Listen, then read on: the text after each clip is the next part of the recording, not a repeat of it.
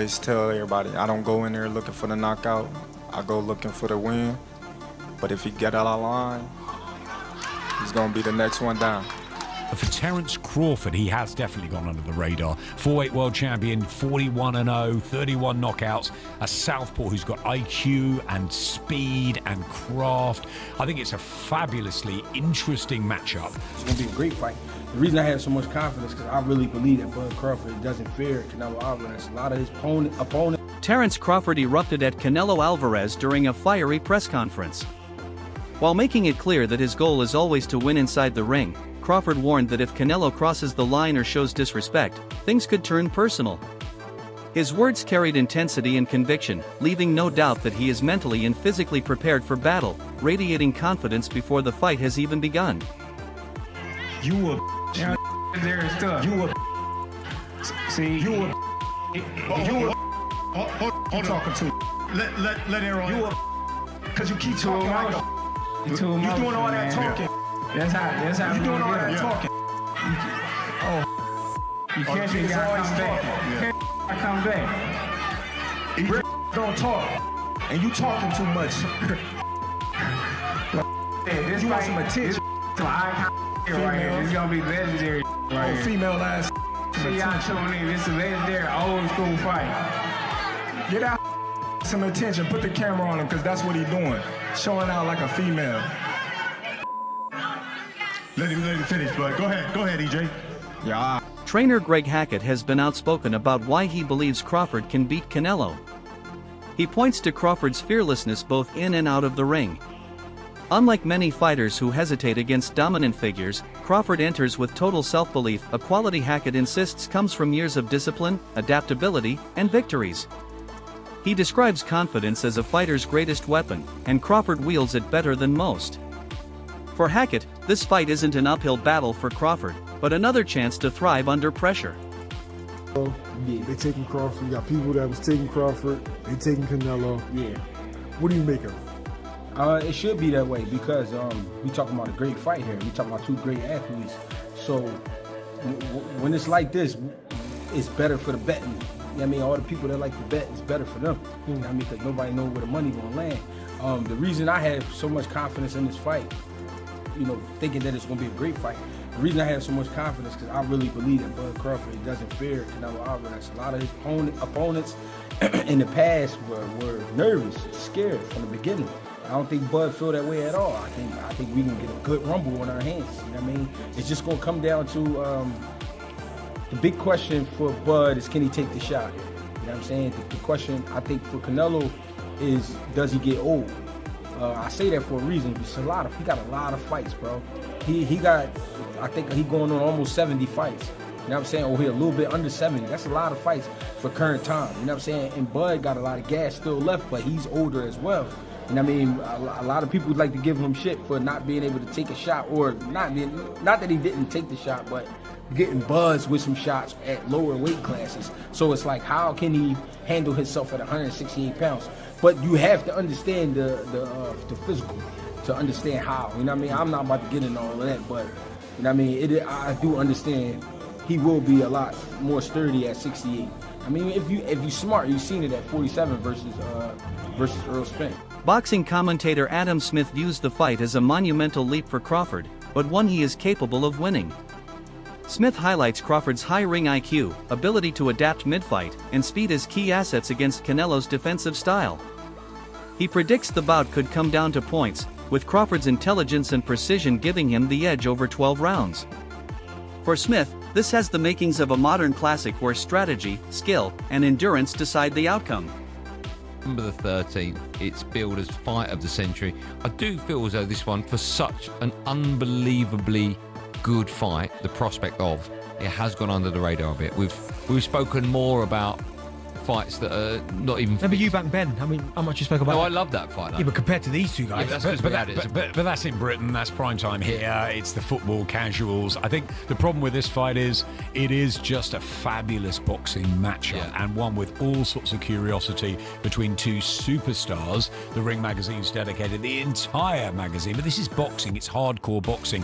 I think Canelo is known. I think Canelo, obviously the Mexican machismo that holds all the super middleweight titles, nearly 70-odd fights. He's been phenomenal. I think he's 35 now. But for Terence Crawford, he has definitely gone under the radar. 4-weight world champion, 41-0, 31 knockouts. A southpaw who's got IQ and speed and craft. I think it's a fabulously interesting matchup, the two of them, because you've got the big guy, the strong super middleweight, really cultured, wonderful fighter in Canelo. But is he just slightly, ever so slightly, fine margins past his peak?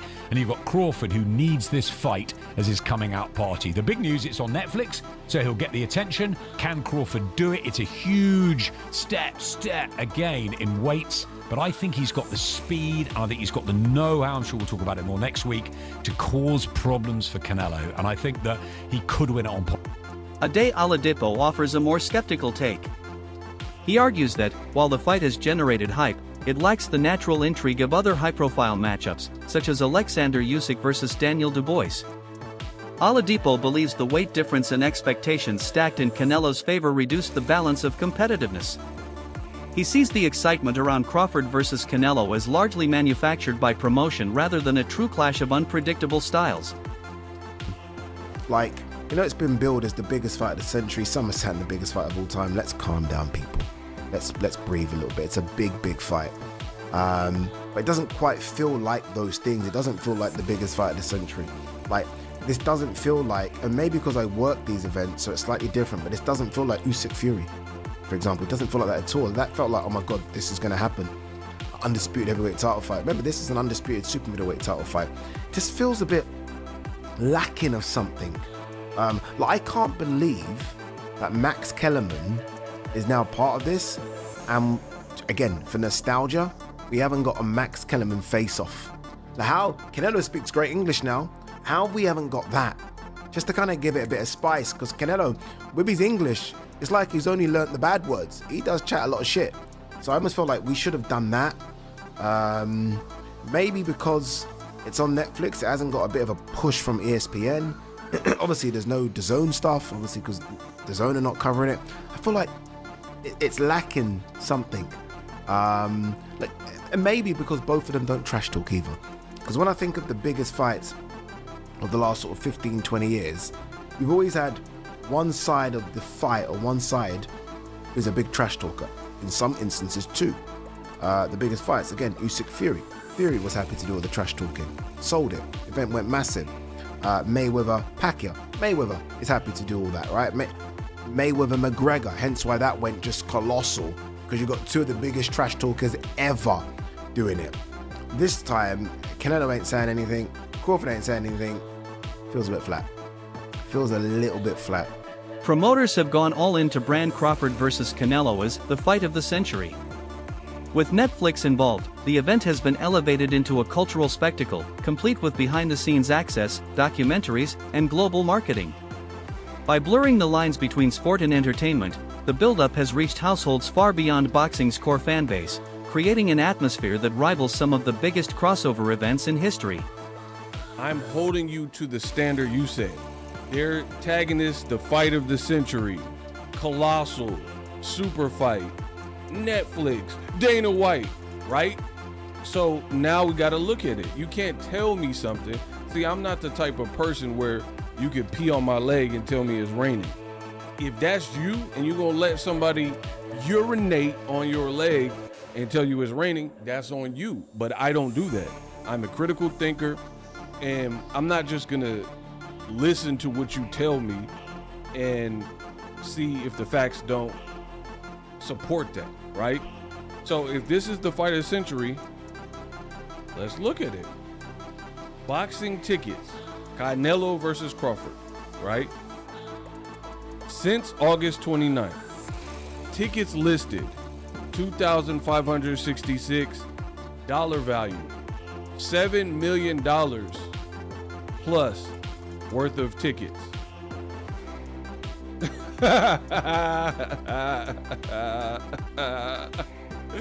Hey, bro, $7 million worth of tickets. Veteran analyst Al Bernstein questions whether the fight truly reflects the matchup fans wanted.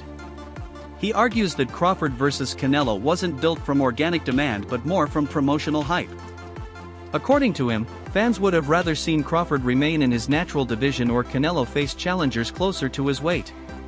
While acknowledging its appeal, Bernstein stresses that it lacks a natural rivalry or storyline to make it a must-watch for hardcore boxing fans. To have these two level of fighters meet, where does this rank I at? think it's one of those fights that, the interesting thing is, it wasn't as if every boxing fan said, boy, I can't wait to see Canelo fight Terence Crawford. In other words, it wasn't one of those fights, like there were more boxing fans that said, gee, I'd like to see Canelo fight David Benavidez. But, having said that, I mean, among the hardcore boxing fans. For sure. Having said that, what they did, and this happens sometimes in boxing, they come up with a matchup that wasn't on everybody's mind, but kind of makes sense.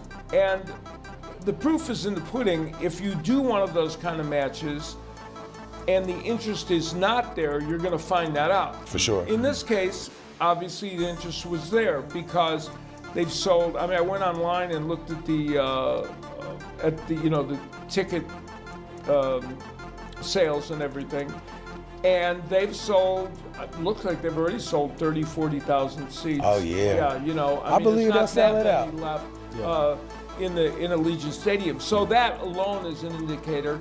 The amount of attention and coverage the fight has gotten, and this is one of those fights that will also have a good barometer as we get closer to the fight. How much is the mainstream sports media covering the fight? Yeah. You know, it used to be in the old days, big fights were covered all the time by the mainstream sports media, not so much in recent years. And so that's always a barometer of whether it, really is as big as we think. As far as the actual matchup is concerned, when it was originally announced, I thought they were going to have a hard sell in convincing people that Crawford could come up 2 weight classes and take on a 168-pounder because he already moved up. A common fan sentiment is that while the fight will draw a massive audience, it may not deliver the unpredictability people crave. Many expect Canelo's size advantage to dominate, which could lead to a predictable outcome. The intrigue lies in whether Crawford can defy those expectations. If he pulls off an upset, it would go down as a historic shocker. If Canelo wins as expected, critics may dismiss the fight as inevitable. Tickets available for this fight because of that undercard. This promotion has been just, it's very interesting, man. Number one, there's no real reason for this fight to take place. Terence Crawford and Canelo. Nobody was asking for the fight. There's no natural connection between the two fighters. There's just two names that people think are on the top of a hypothetical list called the pound for pound list that many people act as if it's real. So they're two top pound for pound people, and they put them together and think this makes some big magic match. It may be a magic match once they get in the ring if Terence Crawford can overcome Canelo Alvarez. It's got a real potential for that. But what happens if the fight winds up just being what more than likely it'll be, which is Terence Crawford trying to get away from the bigger, stronger Canelo Alvarez? Because again, he's jumping so many weight classes. That's the gimmick. That jumping the weight class is the gimmick that is supposed to be attracting people to this fight. Gimmicks are not gonna pull it. And you can't tell me of the people. Now, there's gonna be many people in the stadium. People go to the fight for sure. There are gonna be people out there for that event. But you can't tell me that particular event with the fights that they have on that card is gonna be some memorable night of boxing other than maybe it taking place in the main event. You have people, many of these fighters are not from the United States. As I look from them, I would have to go out and see in the United States, how many fighters from the United States do they actually have, right? Crawford's transformation at 175 pounds has stunned observers. His bulked-up physique, with broader shoulders, thicker neck, and visible muscle definition, shows he has taken the challenge seriously. Conditioning and strength programs appear to have helped him build power without sacrificing agility. This new look reassures fans that Crawford isn't stepping in undersized, but instead has tailored his body for the demands of facing a naturally bigger Canelo. Terence Bud Crawford is absolutely ripped, absolutely shredded. What looks to be about 175. Now he fights next Saturday, a week out from the fight. It's a week out from the weigh-in, so I'm sure that you look at Terence Bud Crawford right there, and you see he is absolutely shredded right there. And this is a week before the weigh-in, right? So I'm pretty sure he's probably weighing about 174, something of that magnitude, maybe about 173. 175 is probably the max he is at one right now, because obviously the weight is at 168 and he's a week out. So he might be around 173, drop 5 pounds next Friday for the weigh-in, right? So Terence Crawford, as I showed you guys, is training and putting a mass in his shoulders and in his legs. As you can see here, once again, right? He hasn't gained a lot of muscle mass except in his shoulders, okay? When you look at Terence Crawford in previous fights, previous weigh-ins, his arms look pretty much the same. His neck and his shoulders is where you can see a clear difference from fights in the past, right? When you look at his midsection, his core, right, you can see the water weight, right? So right now, it's going to look like his midsection, his core is going to look bigger than what it actually is. Canelo Alvarez's pedigree speaks for itself. Turning pro at 15, he has faced the sport's best for over a decade. With one of the sharpest jabs, a granite chin, and tactical adaptability, he remains a complete fighter. His resume spans multiple divisions, filled with high-pressure victories that cement his reputation as one of boxing's elite. For Crawford, testing himself against Canelo's mix of skill, toughness, and intelligence represents the ultimate challenge. Terence Crawford, a guru in the ring? Absolutely. He is one of the best fighters ever created in humanity. But you cannot say that I'm going to come in with 5 pounds taped across my arms and legs and then go against Canelo Alvarez. He's not going against some dude who doesn't have counter punches, who doesn't have a ring IQ. Canelo's been fighting since 15 and is one of the few fighters who has taken literally less punishment than, say, Caleb Plant, who has like 25 fights. If you look at the amount of punishment that Caleb Plant has taken in his fights, Canelo has probably taken less punishment than that. And he's coming in hungry. And he's going to come in with 87 billion Mexicans in the ring walk, everybody flying flags. You don't know what Crawford's stage fight is going to be, coming in front of 70,000 people. Canelo's been there. He's going to put the shoes to... That's it for today's video. Stay tuned for more updates.